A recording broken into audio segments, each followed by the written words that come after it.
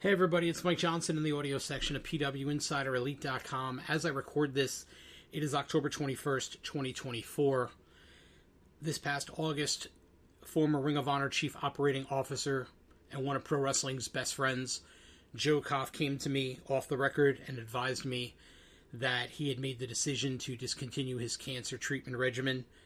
Joe did that because he wanted to maximize the quality of time he had left with his family. And at that same time, he had asked if we could record one final discussion together, as we had so many times over the years here on the site, to talk about pro wrestling and whatever else came up, with the caveat being that it was not advertised and it was not released until his family gave us permission. This morning, Joe's son Ben reached out and, having heard the audio, gave us permission to release it. What follows is a very unique audio. Nothing really planned in the same way that I would usually plan a conversation or an interview here on the site. And I hope that everyone who knew or was impacted in a positive way by Joe gets something out of this that they enjoy. And I just want to send our best wishes to the entire Koff family and the extended family of Ring of Honor and the Sinclair Broadcast Group and professional wrestling in general. And I thank Joe for doing this, and I thank his family for giving us permission to release it.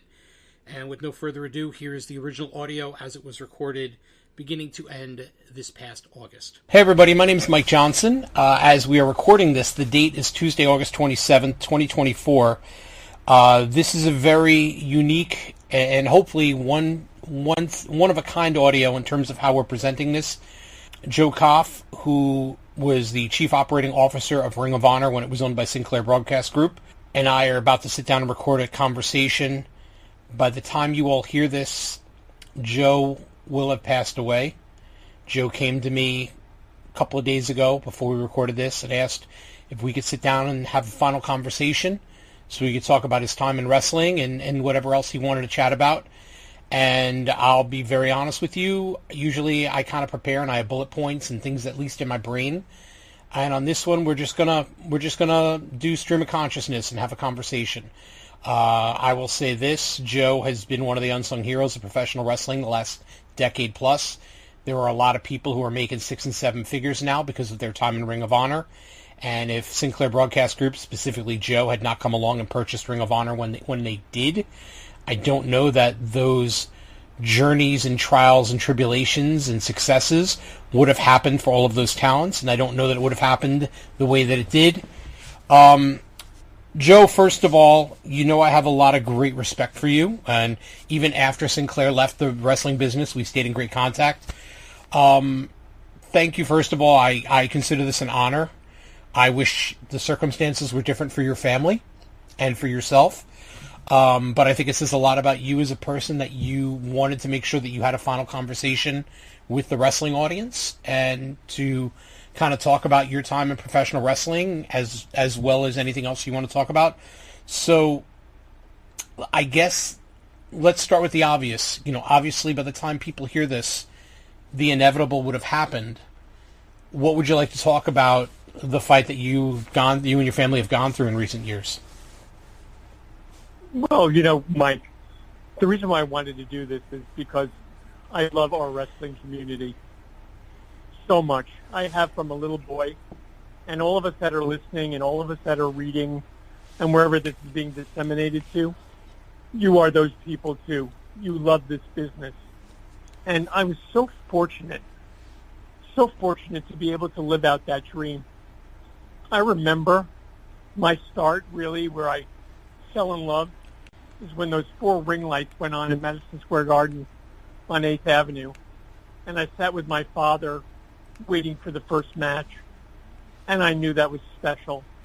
And I knew I wanted to be part of it. But physically, that was never going to be possible. Ever going to be possible. And my route had to be through business, or the business itself of wrestling. And, you know, over the years, I stayed with it, like most wrestling fans who are fans stay with it. And I found my way through my career.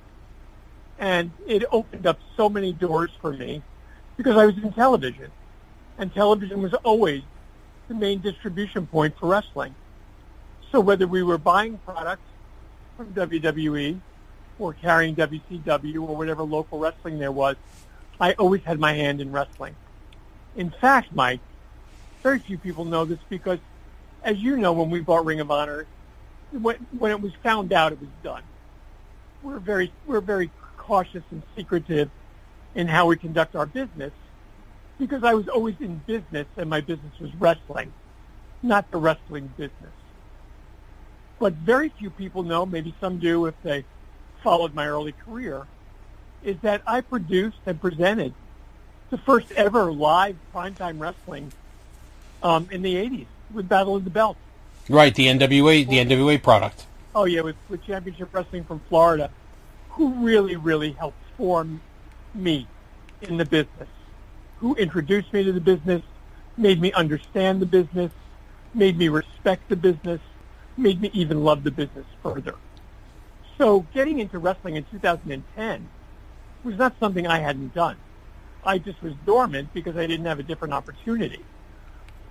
But when I heard WWE, who I have the utmost respect for, always have, Hunter, if you're listening or you have access to this, I want to thank you for the respect you showed me in all of our dealings. It meant a lot to me. When WWE decided to go to cable, I, being at Sinclair Broadcast Group, which was the owner of a lot of independent stations across the country, said, we have an opportunity to get into this business. And David Smith, who's our COO and chairman now and just unbelievable supporter, said, yeah, go look into it. And that's when an old friend of mine, and that's Gary Jester, who I was working with in syndication for his other entities, told me about Carrie Silkin's Ring of Honor. So he arranged a dinner in 2010, loved Carrie, loved what he did, couldn't believe how far he took it. But, he took it as far as he could take it. And no diss to that at all. It's amazing how he sustained that business and through that time brought up the greatest talent that's still in the business. So I have utmost respect for him, and he knows it. So we were able to make a deal. And, in 2011, we went on TV and stayed on TV until what, Mike, 22? Yeah, 2022. Despite the pandemic, 2022, yeah. And even in that pandemic, we were producing programs. And I'm so proud of what we were able to achieve as a company. And everything was thrown against us. When someone who's not in the business goes into the business, everyone who's in business for themselves tries to get into your business. And I had a really hard, steadfast rule about that. This was my business, my being Sinclair's, and I'm going to run it the way I think it should be run. And I held fast to that. Most of the people who were in my company and served as unbelievable leaders were really not wrestling people. They were business people, and we took a lot of crap for that. But crap from who? Crap from the people in the business who wanted to say, hey, I can help you, i.e., I can help me. And I have no problem with that. Independent contractors should do that. But I was smarter than that. I think at times, and I've never really had this conversation, I don't think people realize in the business that I was a smarter fan than I was.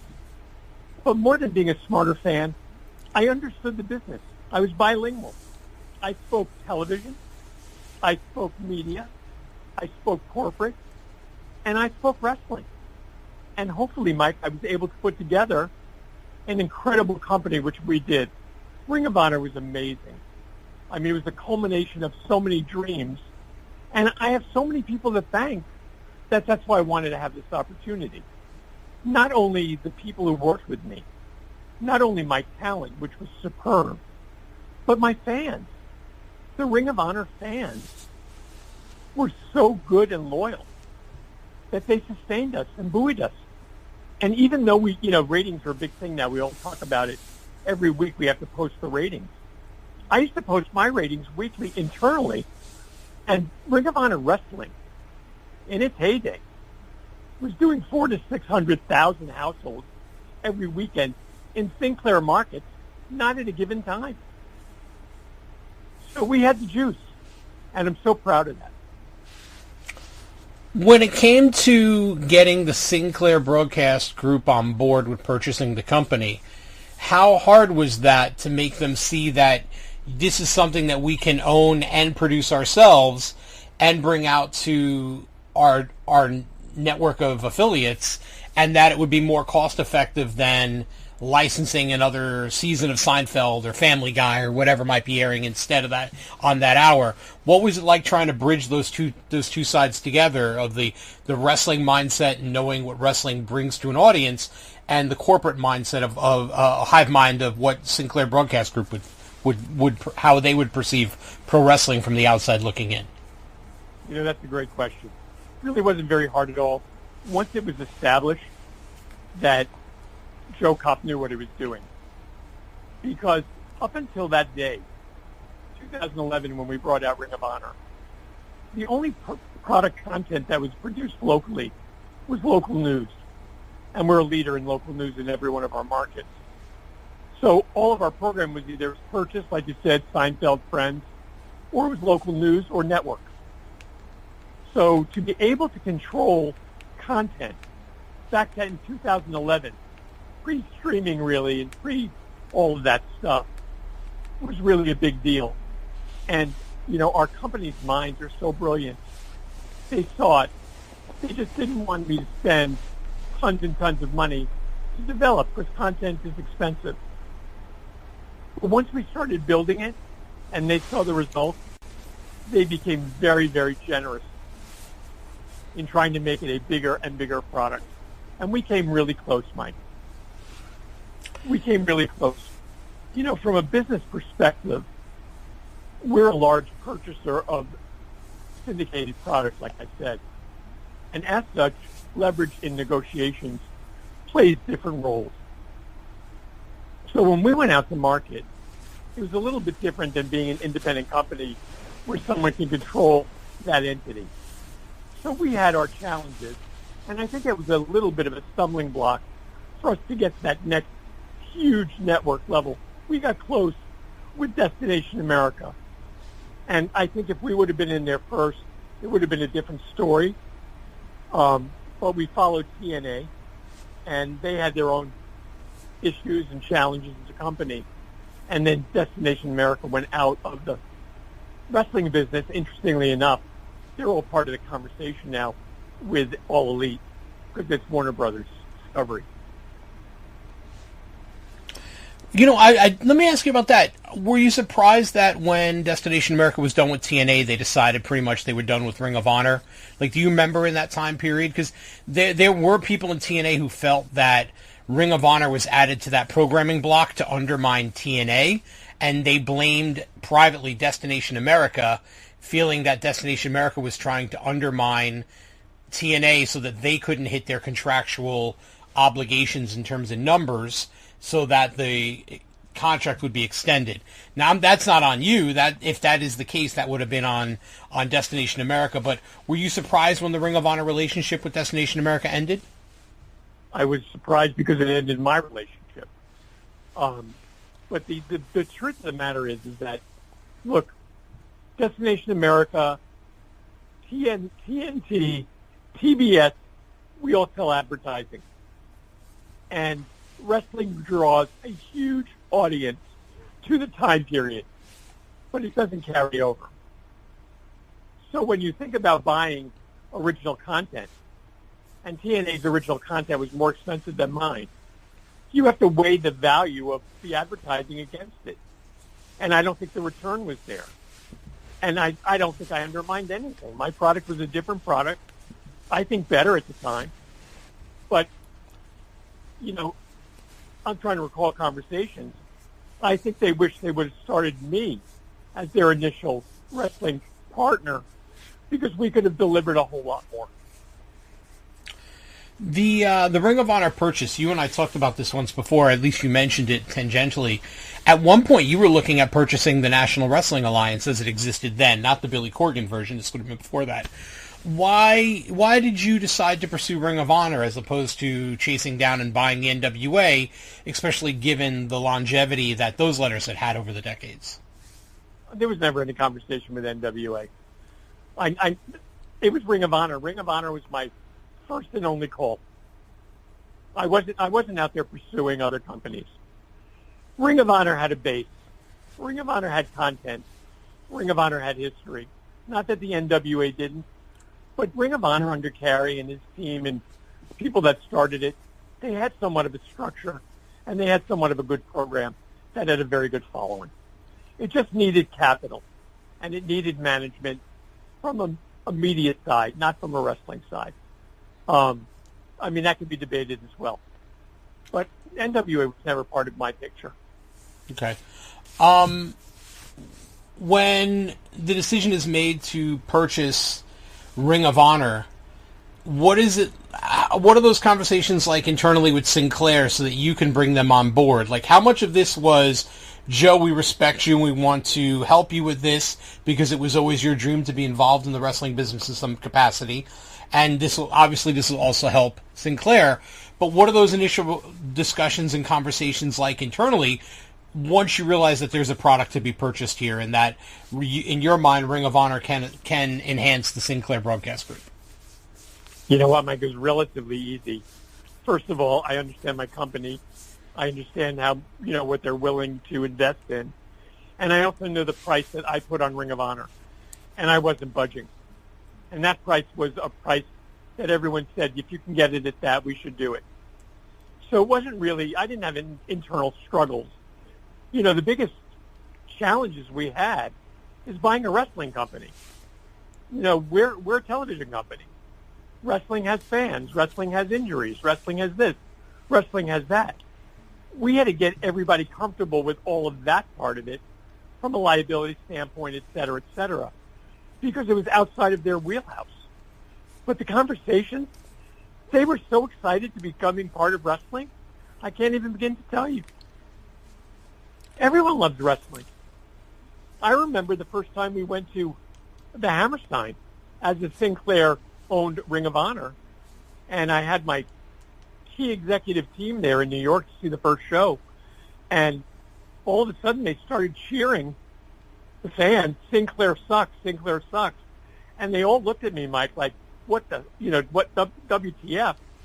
And I said to them, and this is where we crossed paths, I said, they're talking about Todd Sinclair. They have no idea who we are. And that kind of sums up the broadcasting wrestling relationship. So because I was the outlier and the only one who really could speak both languages, they entrusted the company into me. And I'm forever grateful for that. Because whoever could live out that dream and have what we had and achieve what we had. I mean, so it was fantastic. And then, like I said, we started going into arenas and doing big shows and New Japan and signing talent that was unbelievable. I mean, my main roster for a good 4, 5, 6, 7 years, you talked about them at the beginning. They're the stars of the other promotions. I couldn't take them to that next place, but I got them there. Helped get them there. I didn't get them there, but we helped. Is there a regret in your mind that you were not able to get to Ring of Honor to the next place? Like, Carey could only take it so far, and then Sinclair took it over. Now it's in the hands of Tony Khan. Obviously, you had to let the baby go, for lack of a better term. But is there a regret, or was there ever regret on your part that it wasn't able to get beyond where you took it? Because you got it into Madison Square Garden, and to this date, you were the only promotion that ever ran Madison Square Garden other than WWE in the last God knows how many decades. Is there, I don't want to say resentment because life is life, but was there disappointment that you weren't able to get it to beyond where Sinclair got it? That's a fantastic question. I've actually thought about it, and I was hoping you would ask it. I do have regrets. My regret is that I wasn't able just to announce at that Madison Square Garden show that someone like WWE owned it now, or had a run, or had some kind of thing at the end, like a takeover, because that would have been the ultimate moment for the company to transfer. We were never going to own it forever. It's a business. And, you know, as businesses run their course, and unless you get to that next level, it's impossible. And don't forget, right after that, we had COVID. But that's something I'm incredibly proud of, because I kept all of those independent contractors working and getting paid. And, you know, that was rare. We were the first company, I think, to do that, independent company. But I wish I would have had a what's next after Madison Square Garden, because we were of that mindset of doing shows. You know what was next after Madison Square Garden? Hunter and I figuring out, what are we going to do in Pittsburgh the following weekend? Because we were always taping TV. Right. So I do have a regret that I couldn't get it past that finish line. But I have no regrets otherwise, because when the opportunity came up for the right buyer to come up, he stepped up. And, you know, those guys are still working. They're either working for Tony, or they're working for and the new company, or they're working for TNA. These guys are gainfully employed. And you know what? That's more important to me than anything. When you look at, for yourself, your own personal check marks or benchmarks for owning Ring of Honor, I have to assume Madison Square Garden is the ultimate giant check mark. But for you, as someone who loved pro wrestling so much, what are moments that kind of stick out to you that you feel strongly about, either on a personal level or you're proud they're part of your legacy when it comes to the conversation of Joe Koff and professional wrestling? Like, what are the Ring of Honor moments that mean the most to you on a personal level? Great question. First of all, I don't know if we have another hour to go through. We can go as long as you want, sir. I have my double day cleared. Your fans are more than tolerating me at this point. I will tell you, Mike, when I first met Jim Cornette and listened to his vision, that was a highlight for me.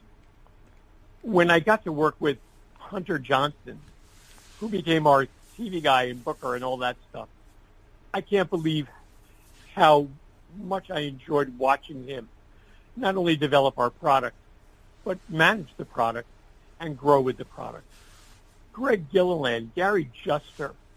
I mean, if I don't mention some, Mark Davis, these are people that were not wrestling people that put together amazing shows because they believed in what I believed in. And that means so much to me. But also the talent.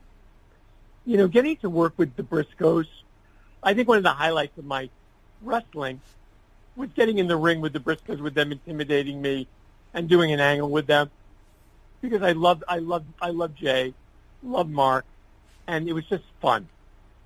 And my interactions with the talent, and believe me, I wish I could have worked with some of them longer. A lot of them left right around the second year mark of Ring of Honor. And then we brought in that next crew, which became really the core of Ring of Honor. You know, working with the Young Bucks, those two guys are fantastic. Respectful, family guys.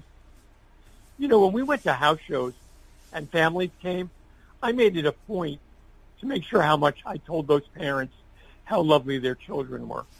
I care about that stuff, Mike. I cared about every fan that came to Ring of Honor. And every time I went to a show, there was another Ring of Honor moment for me. But from a personal standpoint, it definitely was Madison Square Garden, not because it's a culmination of wrestling, but because it connected me back to my dad, to my father. Am I sitting on 8th Avenue with him, screaming for Pedro Morales or, Gorilla Monsoon? But my boys were there as well. My only regrets, like I said, I wish I could have turned the switch at that moment, walked out of there knowing I did my job, but I had to wait for another chapter. Let's talk Madison Square Garden. You obviously went in a different era than I did. I didn't go to my first show until 1986. What was it about the Garden and about going to I guess it would have been WWF then, and the product that just enraptured you as a young man that made you fall in love? Like, what are those indelible moments from that time period of going to those shows with your dad that really stick with you? I'm telling you, the moment I remember most is those 4 ring lights. They were so bright, the building became so dark. But, I watched Capital Wrestling. That's what it was called. They ran it Thursday and Saturday nights from 9 to 11. And I watched it every week. And the shows were the only way you could see the stories continue. And the live shows, even back then, what WWE is doing with live shows is just unbelievable. But I can tell you those house shows at Westchester County Center or even at Shea Stadium where I went to go and Madison Square Garden, they were really good for what they were. And the work was so amazing. And seeing those guys in real life, it was like watching a cartoon come alive. And the one match that still sticks out to me is such a non-match, but it really, really roped me in. And that was Eduardo Carpentier versus Hans Mortier. And Red Berry was Hans Mortier's manager. I'm dating myself, Mike, so this might be boring. I know exactly who you're talking about. I love the manager role. I thought if I had any role in talent, it could have been that. But I was fascinated by it and how he got the heat. I just love the whole thing. It's TV. It's good versus evil. It's great storytelling. I wanted to be part of it, and I figured out a way to do it. So, wrestling life, complete. Bucket list, checked. It's loving the community we're in, checked. And I want to talk about the community for a second. Sure. Of course, how I feel about you, Mike, as a journalist. But I also want to give a shout-out, I hope you don't mind. Not at all. To Dave LaGreca. Because I think what he's done for the business, if there's ever to be a business that has a commissioner, Dave LaGreca should be the commissioner of wrestling. He has done so much to promote, to be honest, to be authentic. I'm proud to say, these last months that I've spent, he's brought me a lot of joy in this program. It's controversial. It's real. It hits the mark. And Dave LaGreca, if you're listening, or Mike, I'm sure you'll get this too. Thank you for all you've done for Ring of Honor as well. No, and Dave's one of the good people who are around pro wrestling, and he's fair to everybody. And I've told him this privately, but I think he should be commended because he's given so many people who are professional wrestlers another life in pro wrestling. With their work on Busted Open, whether it be Bully Ray or Mark Henry or whoever, like they have a career beyond what they did in the ring because of Dave LaGreca's vision, and I think he should be commended for that. So I'm saying, I think there should be a statue to that guy, and I just respect him so much. And of the talent that's on there, I worked with Bully Ray, so I have an amazing respect for him. But I have to tell you, as a talent, he scared me a little bit. Still does. He's good. That guy's he's the real deal. I don't think there's anyone who's ever interacted with him at some point that wasn't a little scared of him. Yeah, I'm telling you that. I'm pretty, look, it's my business. I'm going to run my business the way I need to. But the point is that he's tough. And he scared me. And a little bit. And always loved working with him. But boy, what a bully. What do you think your dad would have thought about you becoming so involved in pro wrestling and eventually running your own pro wrestling company? My dad was a doctor, and medicine was his life. I think he wanted me to be happy. And if he knew this would make me happy and did make me happy, he would have been very pleased. He loved going to the matches with me. He really did. Which was so outside of his world. And it was our connection. It's what we did together as a son and a dad. I wish he was alive to see Madison Square Garden. Just so, not for me, but for us. The whole experience. When you look at the different stages of your life and how pro wrestling intersected with it, Are you surprised? Do you think you manifested it at a young age, or are you surprised and you were just blessed by how often the beats of pro wrestling coming into contact with Joe Koff, the professional businessman, happened? Mike, that's, first of all, when you're a little kid and you want to become something, if you're not athletic in wrestling, it's very hard to find a path.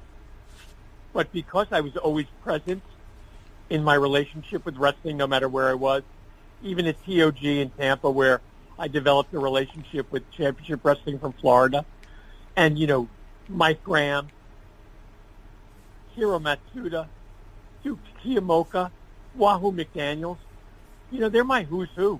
They taught me the business. And I never went outside of it.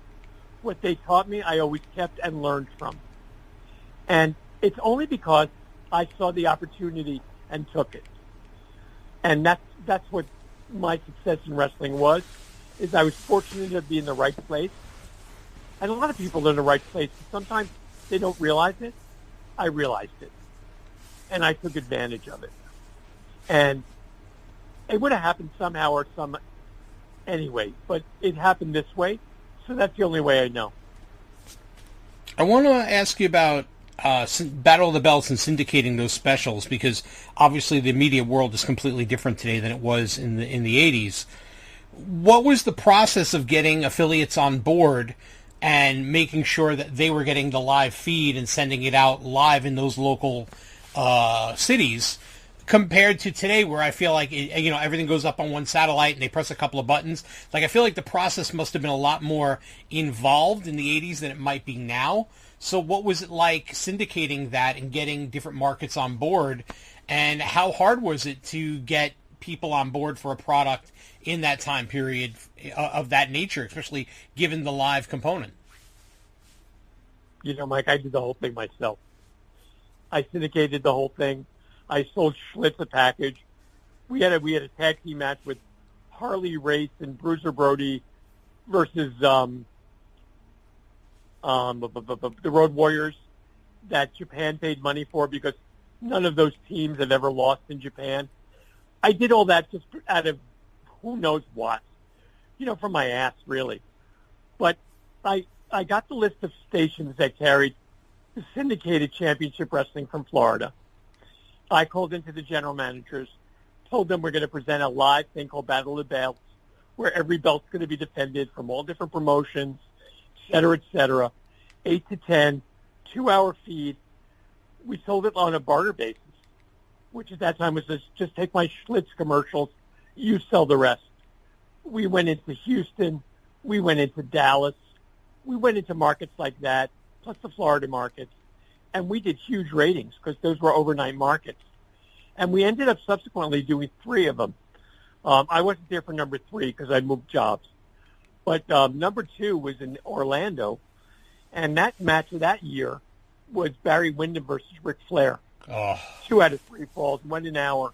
I believe it was a match of the year on some of the publications. But watching Wahoo McDaniel helped me put together that first card, it's when I decided that I don't need to be part of creative. Let the creative create. Let me run the business. And that really carried forth into Ring of Honor. I never had the pencil. Of course, anyone would listen to whatever I said, but I never pushed it. I'm not a wrestler. The one thing when I listen to, like Busted Open, because they have those conversations, is the way the Tommy Dreamers think, the way the wrestlers think about what they would do if. And, I know those stories too, but they have the depth to go into it the right way. So when it came to creative, as long as it wasn't disruptive or there was something that I needed to step into, I really loved running the business. And I really loved watching the creates create. And I had such an amazing team of people. I know I'm not naming enough of them, but they all know how much I love them. And when I see them on the shows, all I want to do is reach out and text them, tell them how proud I am. I have to ask, let's talk a little bit about Wahoo McDaniel. Great athlete, great individual, great personality, very unique person. What were your interactions with him that made you say, yeah, I want no part of creative? What was that? What was it like collaborating with him for that show? Well, my friend was pretty instrumental in that show as well. The few ideas that I was throwing out were really fan ideas. They weren't for the business. And, when I listen to Mark Henry or Tommy or Bully in this case, it's got to be about the business and not what I want to see. Because who gives a crap about what I want to see? I'm a fan. And they helped me realize that I didn't know enough about the business. I had to learn that. And once I learned it, I learned that I don't know enough about the business to get involved in that. So they helped me through that. They were really good about that. Listen, they were never in prime time, those guys. Wrestling at that time was, a date. It was another night on the road, another paycheck. And whether there were 50 people there or 500 or 5,000, didn't matter to them. You may not remember this because of the passage of time, but what was I'm obviously you approached them, but what were they receptive to this idea, or did they look at you like, who is this person from outside the business trying to get involved here? Like, how was money divvied up? Like if any insight into the business side of how that whole situation came together, I'd love to know, because that's stuff that's, to the best of my knowledge, has never really been covered publicly. No, it's never been discussed. The business is that I would syndicate it, and we would make the money off of the syndicated revenues. The gate, everything, the house, the bookings, all belonged to them. And how did they accept it? Well, you probably didn't know Duke Kimoka, and maybe you never knew Hiro Matsuda. I think I entertained them. I think they found me joyous. I think they found me interesting. And what's really, and this is something else no one knows, they wanted me to join the promotion. Really? And they would have created a manager's role, but also a business side role. But my wife didn't want me part of wrestling. She did not like that business. And it's okay. Never been a problem. But I understand it from a family standpoint. So I could have been in the business in 1985. Don't know what that would have looked like. But just being asked by those guys, who could ask for more? I mean, can you imagine? Can you imagine having conversations with big owners of big wrestling companies who are interested in possibly purchasing your company? I mean, how complimentary is that? Yeah. It's unbelievable, Mike. Well, and I got to do that while I did. Oh, by the way, this wasn't my only job. This was my other job. Well, I want to ask you about your other job with Sinclair, but since you mentioned companies and potential sales, what can you talk about that time period where Sinclair Broadcast Group decided Ring of Honor was going to shut down and Final Battle was going to be the last show until a certain period of time, but then there was no other show until Tony Khan took over and inherited the company? If that sale had not happened, would Sinclair, in your mind, have started up again? Or do you think that Final Battle show was going to be the end no matter what? Well, the Final Battle show was probably the Ring of Honor that existed to that date. We always had a plan. We were never going to just close the business. We just had to reinvent the business. Because during that COVID period, AEW really rose. And you know what? Look, at the end of the day, everyone knows this. I have no regrets about that either. All In show was amazing, and it was my show. It wasn't an All Elite show. It was a Ring of Honor show. But those guys, those boys, Cody and they might have had a different agenda, which they probably did. But you know what? They were owed that. They were owed their opportunity to show the world, using Ring of Honor talent and our production and what we've created, that they could do this. So there was a lot of people that felt, I should have stopped it. And what was I going to stop? They're independent contractors. They're good businessmen. They have free will. They had a good investor and a good backer. I didn't know that going that far back, but obviously it happened. I have no ill will against any of them.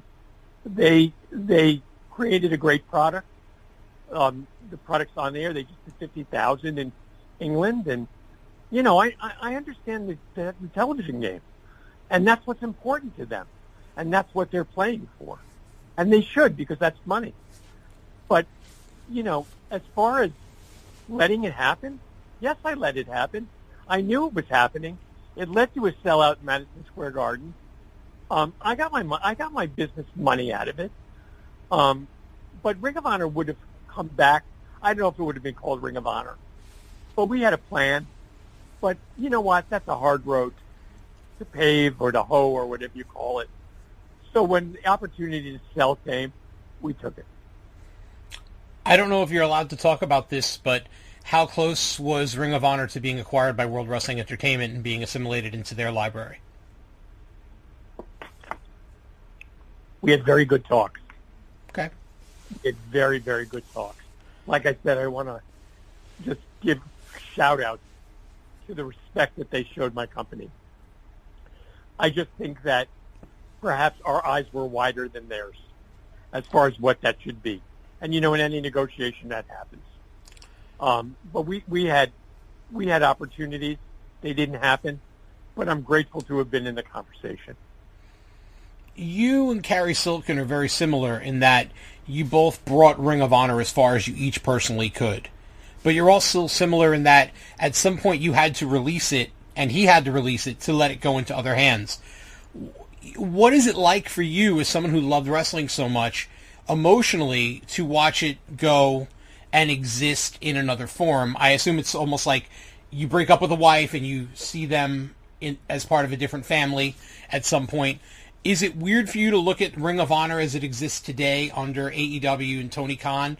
Obviously you're proud of it and you're proud of what you've done, but for you, the person, not Sinclair, the company, what was that like for you letting it go and still today watching it do something completely outside of the parameters of what you might have wanted it to do? Well, that's good. The answer is this. Over the course of my career, I had to sell lots of stations to other owners and leave that staff and those successes that I created in their hands. Remember what I said at the beginning, Mike, and I've always said this from, I think, the first day we started. I wasn't in the wrestling business. I was in business, and my business happened to be wrestling. When Ring of Honor sold and Tony made that announcement on the air that Ring of Honor was now part of his company, I couldn't have been more proud of what we were able to achieve. That's the ultimate compliment. Creatively, it doesn't matter what I think. His company. And, I don't get into that. I now watch wrestling as a fan, and there are things I love about it still. There's things I wish they wouldn't do. But that's me. That's not Joe Koff taking it personally. The day we sold is the day it ended. And I've always felt very strongly about that. But, do I wish that brand was bigger? Yes, of course, because that's selfish. And I would have liked to have had that for me. But the brand is pretty big. And it still is seen. And it still has conversations built around it. But, the product that they have, which is really Ring of Honor, call it what you want. 1/3 of my staff walked over there, including back office personnel. How do you start a business without that? He could have done it. He's a brilliant guy. Loves the business more than I do, probably.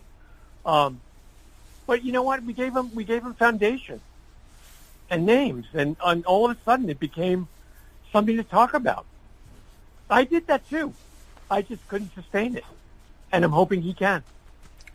I think for the sake of wrestling, I think everybody should hope that he can. I want everyone in wrestling to be successful. That's just me. And I shouldn't even say hope. He will sustain it because he's got everything behind him to do so. I want to ask you. I'm sorry. He was wonderful to deal with. He was wonderful to deal with. He really was. I want to ask you about your duties with Sinclair because, all these years you and I have had conversations off and on. We've never talked about what you would do for Sinclair Broadcast Group itself. I know you're listed as like Senior Vice President of Sales, I believe, and I know that you train people who work for Sinclair. But talk a little bit about what Sinclair Broadcast Group meant to you in your professional and personal life, and what you did outside of Ring of Honor with Sinclair, so people who only know you as the COO of Ring of Honor from that time period understands the breadth and the size and the magnitude of what you did for the Sinclair Broadcast Group company. Well, people are still listening. For me, and I spent my last part of my career there, well over 20 years, they're an entrepreneurial company, and they allow people to reinvent themselves. And I'm a guy that likes to reinvent myself.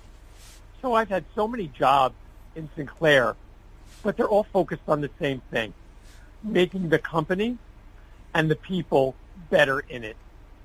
So no matter what task I had or what jobs or titles, it really all focused on the person. And I think if you went back and asked the wrestlers who wrestled in Ring of Honor, certainly under my major ownership, they would probably tell you it's the best place they've ever worked. And anyone who worked for Station for me would tell you it's the best place they ever worked.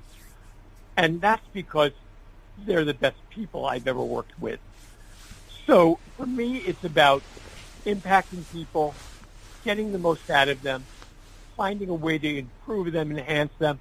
And if you lift the people, you lift the company. So I was kind of like, that's what people said about me, I was like the soul of Sinclair, the heart of Sinclair. More of the personal than the business, more of the compassion than just your employee. And I wear that proudly, but that's followed me through my life. People will always be the number one important thing. So Sinclair allowed me to do that freely. And the reason why I'm doing this is to just let people know how lucky I've been to be part of all these worlds. So I hope that answers that question. It does. All right, I'm going to ask you this. What's the secret to being a great salesman? Since you were in sales all these years, what's your secret? Listening. Active listening. Understanding your product. Researching it. Be different. Care. And help them bring success. Obviously, you went to Madison Square Garden quite a bit. You and I have joked over the years about Freedom Land, which, for those who don't know, was a theme park that was built by some of the same people who built the original Disneyland that existed in the Bronx for a couple of years before it went away. What are your memories of growing up in New York? Because your New York is very different than the New York that I grew up in the 80s. What are your memories of growing up in New York and Freedom Land, and just what a young Joe Koff was like when he was running the streets of New York City? Well, I was young. I lived there till I was about 10 or 11. I lived in Townsend Avenue, above my father's office, between Mount Eden Avenue and 170th Street. We were a couple of stops down from Yankee Stadium. My amusement park of choice prior was really Palisades Park, because we were close to the Major Deegan, get over the bridge, go. I loved living in the Bronx, but I didn't know any better. It's what you did. You had marble games, and you played stickball in the street and stoop ball, and everybody could be outside and no one was worried, and you walked to school.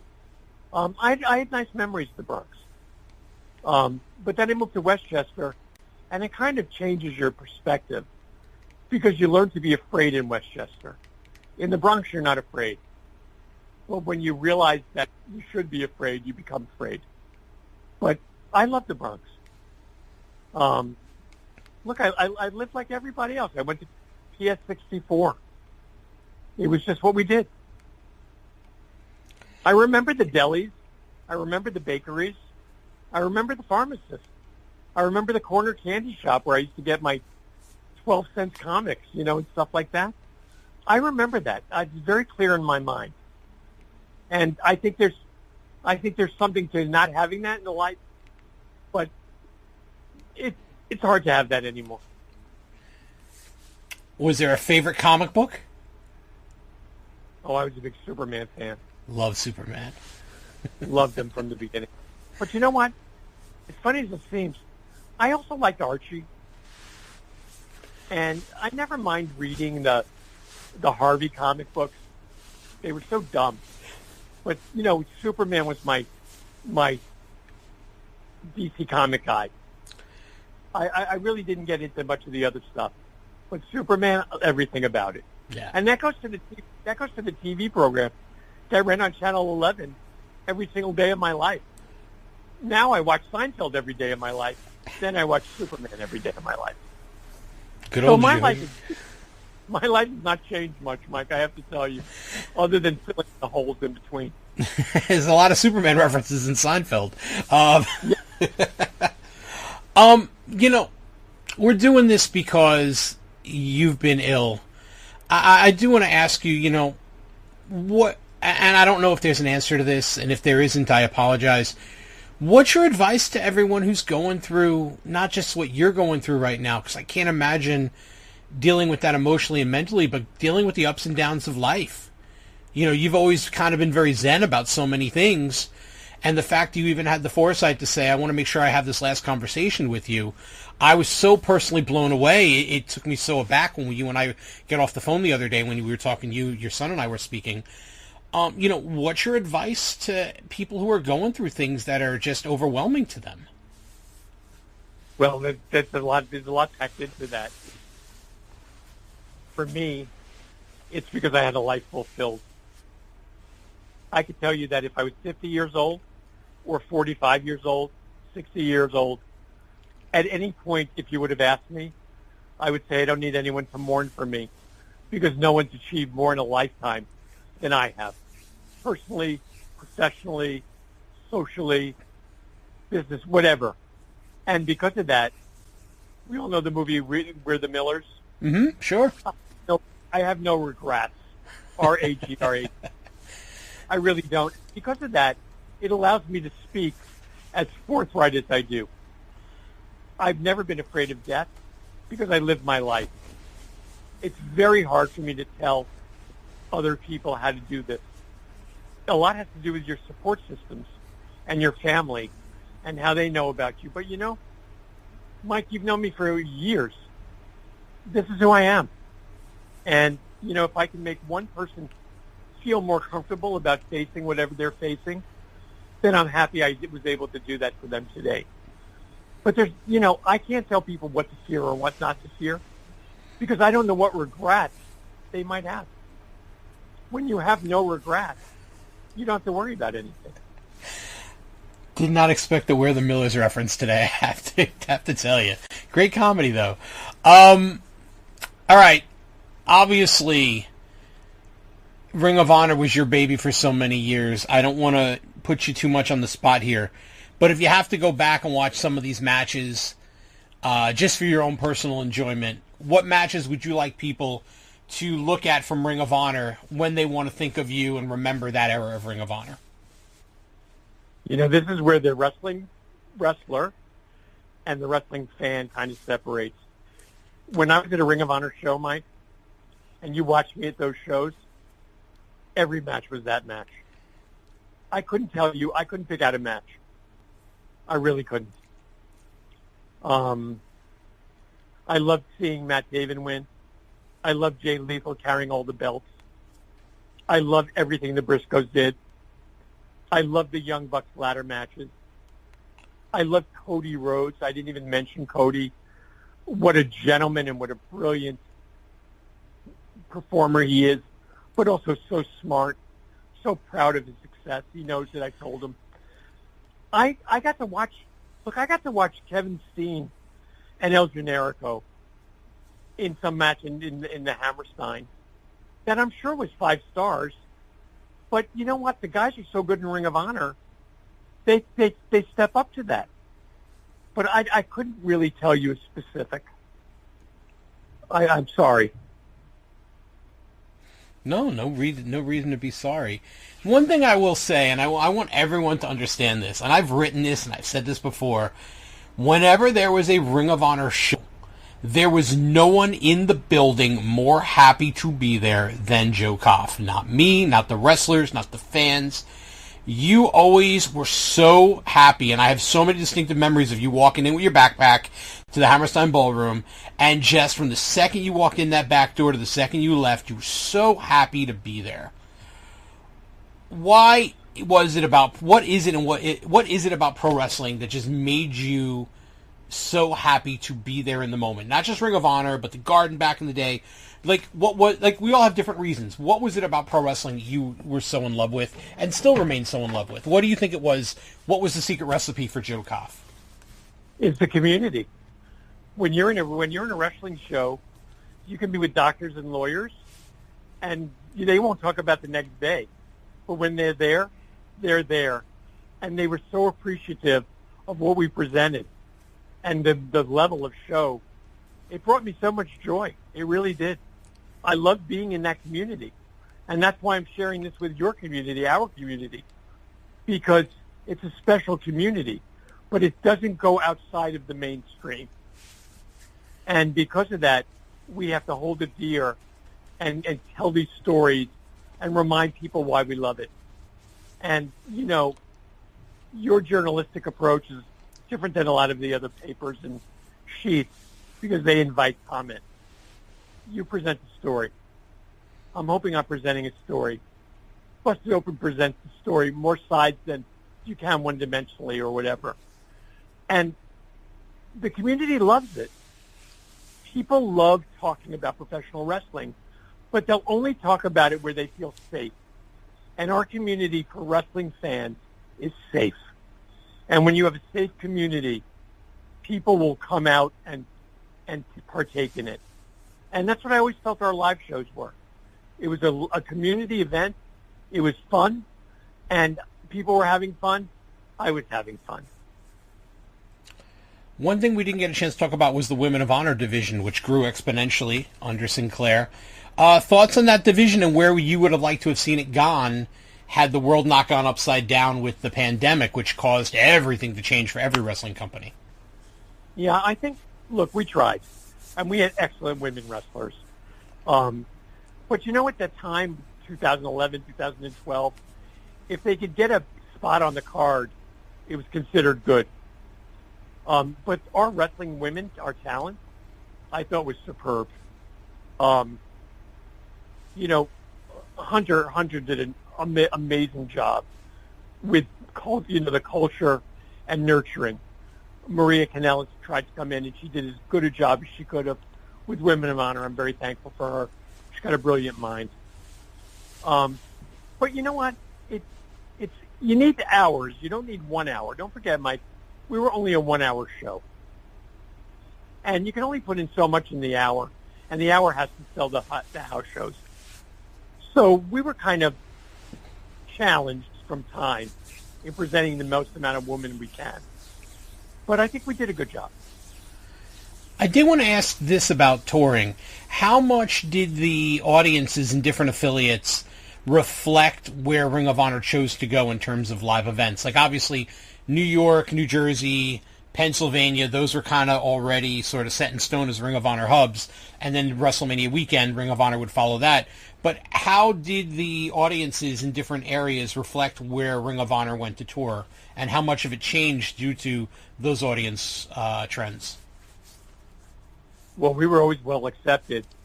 Our problem was hitting certain, we wanted to go beyond flat floor bleachers.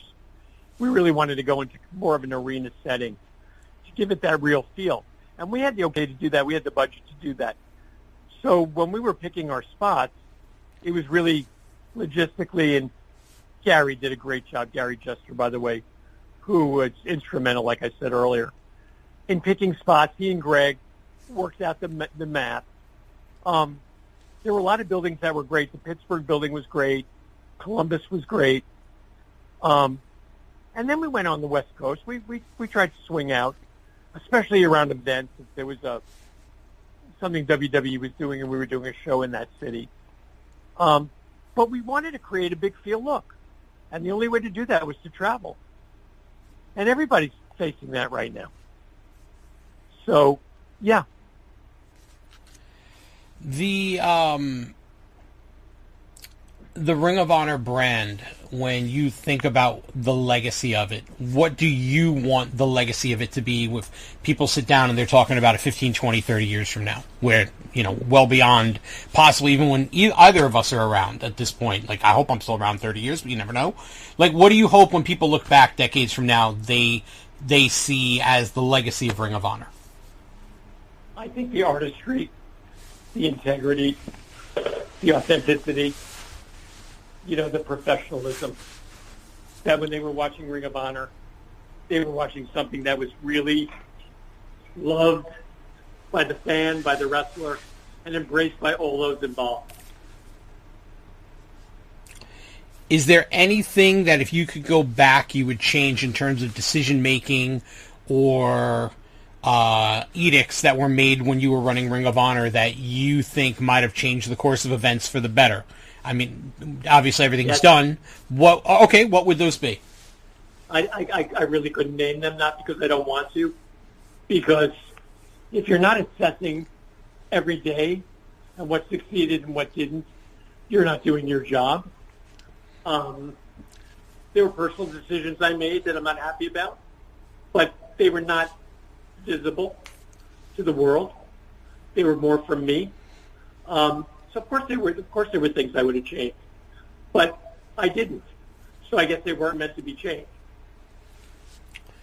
Fair enough. Your health, as we record this, how do you feel right now, and what would you like the audience to know about what you've been going through when we release this audio? My health right now is where it is. I feel good. Look, I'm going through a situation that's non-curative, so you have to deal with that. But, my mind is good. And the fact that I was thinking about this tells me that you're in the right space. You have to fight each day, but you also have to make decisions that make sense for yourself and for your quality of life. Not the length of your life, the quality of life. And decisions I've been making recently, prior to this, have been really quality of life decisions. Because my life is only going to go as long as it's going to go. And I'm totally accepting of that. Because like I said, who lived a better life than me? What more could I have done? I would have liked to announce the deal on some major network, but that wasn't meant to be. Were there ever conversations with major networks that maybe we didn't hear about because it was kept secretive? Like, were there opportunities at any point that maybe had the wind blown west instead of east? Maybe there would have been Ring of Honor on a larger national platform? I think there were whispers about it out of respect for Sinclair. Don't forget, we were not only a seller, we were a huge buyer. So when you're a client, you get a little bit of a different attention. I don't think anybody really wanted to get involved. I came really close. It's not even that close, but I had a shot at USA, and I thought we came really close to that. But other things got in the way of that I had no control of, so there was nothing more I could do with it. When I had final control to find a buyer, it happened very quickly because I took it out of broadcasters' hands and put it into business hands, and that worked fine. I do want to ask you about the pandemic because I've written about this in the past, but maybe you want to talk a little bit more about it. Had the pandemic not happened, which I think we all wish wouldn't have happened, there were plans for Ring of Honor to go live 2 hours every week with the studio show across the Sinclair Broadcast Group. What can you talk about in terms of, how close that was to fruition and how you think that might have changed Ring of Honor for the better? Well, look, having a live 2 hours in pattern is going to make your product better seen. It's going to force us to be better at it. And we were close. But again, it would have just been on a Sinclair network. So we get limited by that because we're not in the large markets unless we were able to get someone to carry us. It came very close, Mike. We were budgeted to do it. It just didn't happen. Wasn't meant to be. Was there ever talk of a Madison Square Garden return date, or did you feel it was a once and done? It was never going to happen.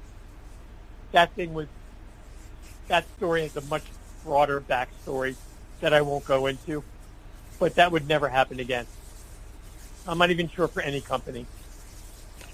I was going to ask you about the date being pulled and then resumed, but it sounds like you don't want to talk about that, so I won't push you. There's nothing to talk about because the end result was whatever challenges they put up, we overcame, and we sold it out. And I have a sterling silver ticket that commemorates that. So even though it's not 150 Billy Joel shows, there's one Joe Koff show in there. There you go. Well, I'm glad I was there for that one. It's great. It was. I remember walking around the floor of the Garden before the show, and like they were testing the graphics for the video screens, and I looked around, and in the ring was Cheeseburger and someone else, and they were just doing their thing, calling spots, and Bird was running around doing stuff on the floor. Bird, for those who know, at the time was the head of the ring crew, and you were talking, I think, with Greg or Carrie, and I was sitting there looking around and going, wow, we are a long way from the Murphy Rec Center. We are a long way from Chicago Fieldhouse, where the first Sinclair taping was. And I was just like, this is crazy. And I just remember being so appreciative to be sitting in that room. And I remember, like, my son came with me that night, and we were sitting there in the press box. And my favorite moment was Liger's in the ring, and then Muta comes out, and Liger and Muta are the last two. And you never thought you'd see either of these Japanese icons in Madison Square Garden, much less against each other. And I just thought, man, talk about walls breaking down. It was just crazy. Like, to me, that's like one of my favorite shows I ever attended. And people can chop it up. Oh, this match was good.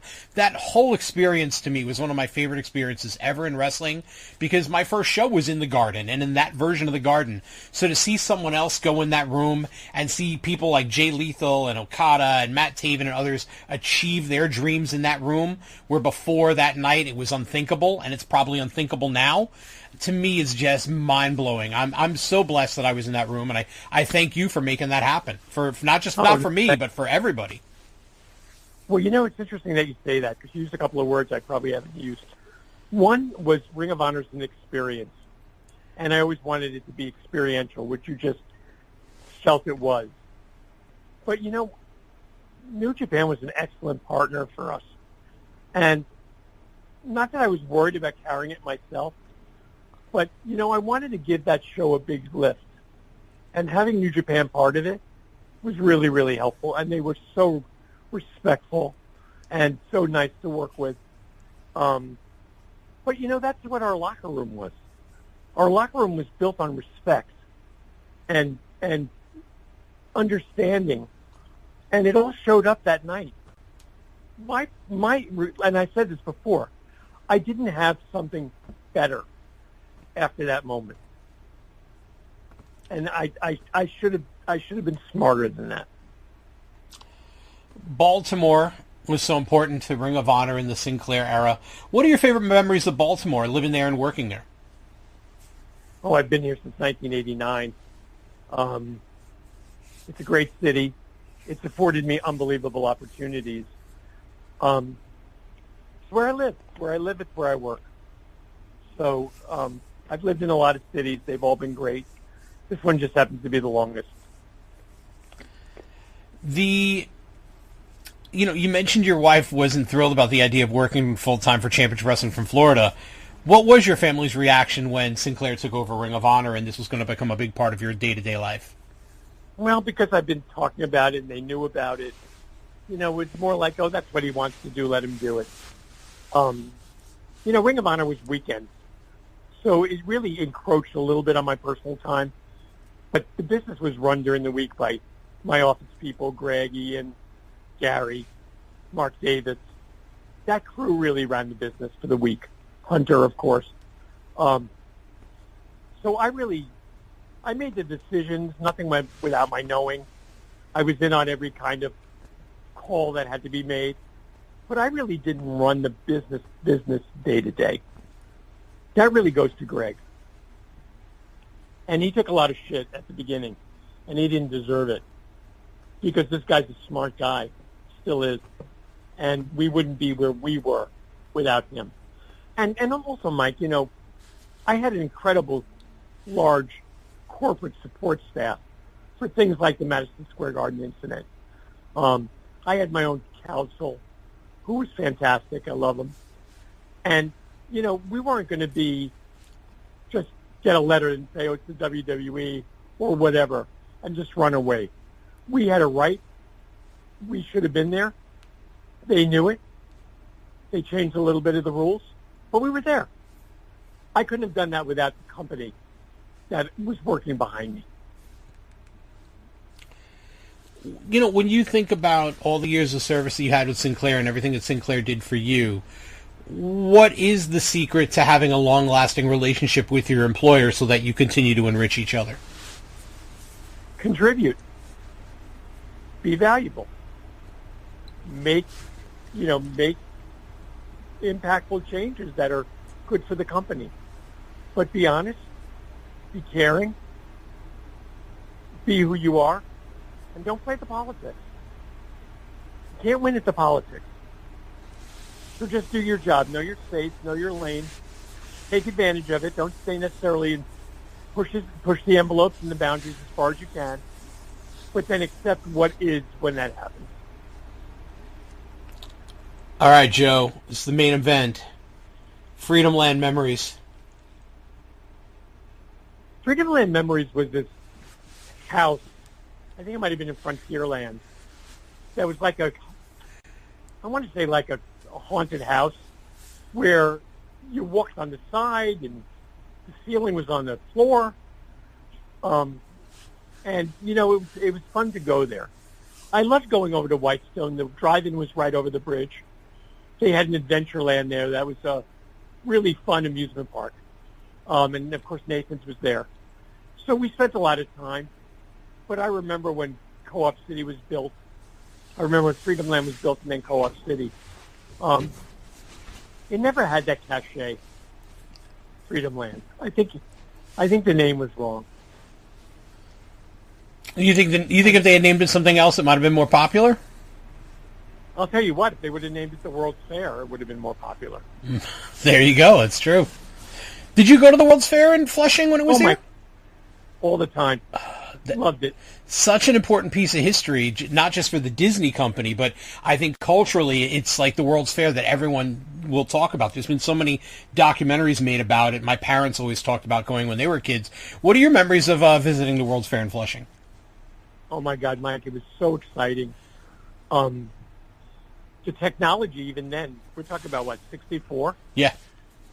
The buildings, the Ford exhibit. I can remember the Ford exhibit.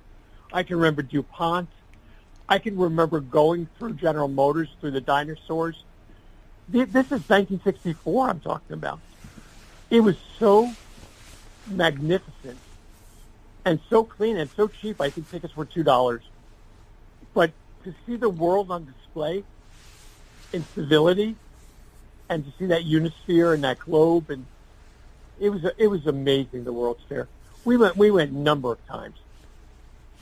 The little piece of trivia for anybody who cares. If you go to Disneyland today and you ride the railroad around, the whole circumference of the park, the dinosaurs that Joe's talking about from the General Motors exhibit are on display in one of the tunnels. They still have those running. So I've seen the exact same dinosaurs. It's a small world. Yeah. It's a small world. Oh, right, yeah. The original Small World is there, too, in Disneyland. Right. That was always my mom's favorite. Disneyland had nothing to do with the World's Fair unless they developed it. Disney developed some of the rides, and then for different attractions for different companies, and then they brought them back over. The animatronics. Yeah. But it was beautiful. Look, being a New Yorker is special. Having access to Broadway, being able to walk and see the Empire State Building. It was Shea Stadium, Yankee Stadium. City Island. I was just talking to somebody about City Island in the Bronx. But, every place that people live have that specialness. I just think because it's the Bronx, and it's the Bronx, it has a little bit more cachet. I was just in City Island 2 weeks ago. I love that place. Such a great little community. No one's going to hear this, and hopefully, I hope. I can't believe I'm saying this. Usually, I put things up; they're up in 10. When I record them, they're up 10 minutes later. I hope nobody hears this for years, but at some point, your son's going to call me and say it's okay to release this. When your family hears this, what message would you like to send to your family? My family knows how I feel. Okay. They don't need to, they won't listen to it anyway. Maybe my kids will. Okay. But they know. They know how important this is to me. They know how important they are to me. There's no secrets here. It's a really, it's almost like I just feel I owe it to my people. To let them know how important they were during this period of my life. And for all of those who I haven't mentioned, and I could go through the list, I'm looking at it mentally. I should. I just want to thank you all for the support that you gave the company and the hard work that you gave the company. And I hope that whatever experience you drew out of it, you've taken with you and have paid it forward. There are going to be fans who hear this, and at some point in their life, Ring of Honor is what they needed to get them through the rough times or the sadness or the stress of their day, whether it was attending a show or talking about a show online or watching a DVD or watching on Sinclair Broadcast Group. What's your message to the fans who were enriched by Ring of Honor, who invested their time and their emotional interest in the company? What would you like to say to the audience? I think I've said it. Thank you for being part of our world. Thank you for making it a part of your world. And I hope it brought you as much joy as it brought me. I don't have anything else off the top of my head that I can think about that I would want to ask you. So I want to just give you the chance to talk about whatever you'd like to talk about before we sign off. I think we talked enough, don't you?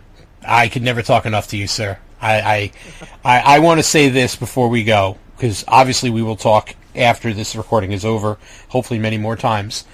But from the first time we spoke on the phone to the phone call where you asked if we would record this, you've never shown me anything but respect and grace. Even if you didn't like my opinion on something or you didn't agree with it, you always showed me grace and respect to have that opinion.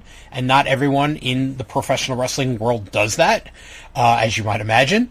I want to thank you for that. I want to thank you for always opening up the doors of Ring of Honor to everyone at PW Insider, past and present, people who are with us now and people who have moved on to other places. There was always a place for us to set up. There was always an open invite to be there, no matter where in the country or even different countries you were running.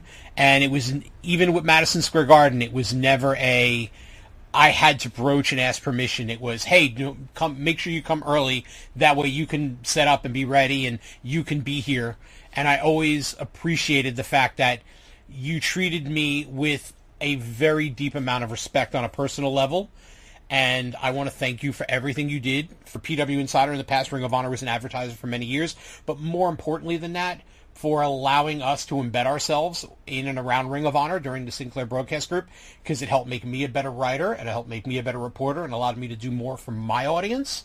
And that could have been an easy, we're not doing that from you or anybody else in Ring of Honor. And that never happened. So I want to sincerely thank you for your friendship and advice over the years that you gave me behind closed doors about life. And I'm very blessed to have known you. And this is the most important interview I will ever record. And I've interviewed Terry Funk. So this is the most important thing I'll ever record.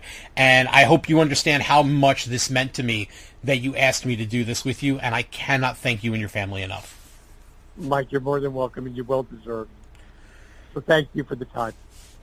All right, everybody. When you hear this, we'll be remembering Joe Koff and what he brought to the pro wrestling community. I cannot say enough. But reiterate what I said in the beginning. He's one of the unsung heroes of professional wrestling. There are people who work WrestleMania main events and all-in main events who make 7 figures and get to be superstars. They would not be in that position, at least in the position they're in now, and in the journey they had it not been for Joe Koff and Sinclair Broadcast Group purchasing Ring of Honor and shepherding it all the way from 2011 to 2022 None of that happens without Joe. Sinclair probably did it for Joe as a gift to him for everything that he did for their company as much as anything else.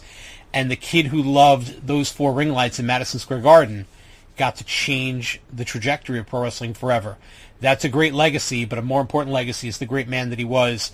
And I thank him for being so kind to share some of his thoughts and insights and memories with us today. And Joe, Godspeed to you and your family.